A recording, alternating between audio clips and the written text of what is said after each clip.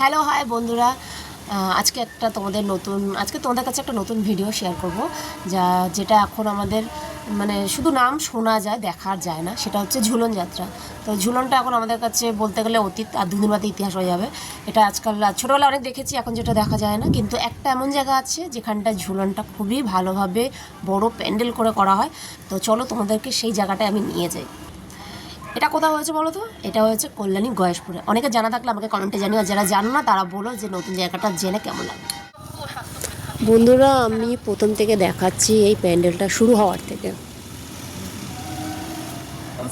এটা প্রথম শুরুর দিন থেকে কত সুন্দর দেখো, লাইটগুলো জ্বলে উঠেছে আর প্যান্ডেলটা এত সুন্দর লাগছে। ভিতরে ঠাকুরের অনেক মূর্তি আছে, তারপর নানান জায়গায় সাজানো গুছানো, আর এত লোকজন, মেলাও বসছে সাইডে। তোমরা এসে না দেখলে বুঝতে পারবে না, যে আমি মুখে বলে বোঝাতে পারছি না যে জায়গাটা এতটা সুন্দর। ঝুলন মানেই রাধাকৃষ্ণ, তো রাধাকৃষ্ণ না থাকলে ঝুলন তো হবেই না। তারপরেও আছে এখানটায় জগন্নাথ, বলরাম, সুভদ্রা, তারপর সরস্বতী, লক্ষ্মী, নানান রকম দেবদেবীর এখানে মূর্তি আছে। এই যে মাথায় নিয়ে যাচ্ছে ছোটোবেলা সে কৃষ্ণকে। তো নানান রকম এরকমই ঝুলন সাজিয়ে গুছিয়ে দেখানো সবাইকে, তো সেটাই এখানে তুলে ধরেছে।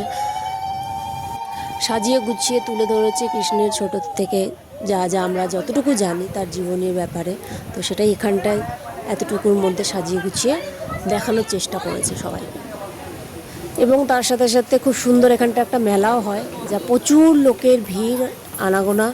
আর মেলা মানেই তো খাওয়া দাওয়া, কেনাকাটা, ঘুরে বেড়ানো, এগুলো সঙ্গে থাকে।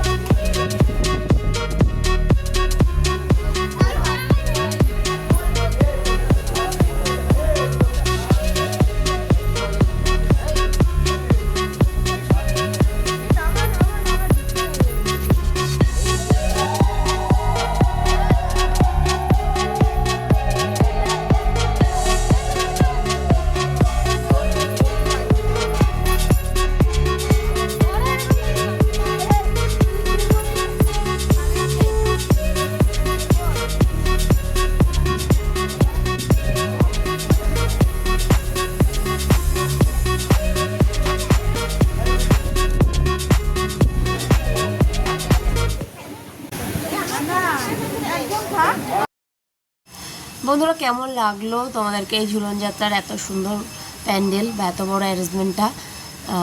অবশ্যই আমাকে কমেন্টে জানিও, আর প্রচুর পরিমাণে শেয়ার করো, কারণ যাতে আমার মতো, তোমার মতো আরও সব বন্ধুরা দেখতে পারে। কারণ তো এখন এসব পাওয়া যায় না, দেখাও যায় না। তো অনেক কষ্ট করে তোমাদের জন্য আমি এই ভিডিওটা খুঁজে নিয়ে এসেছি দেখানোর জন্য। তোমরা দেখো, কমেন্টে জানিও কেমন লাগলো।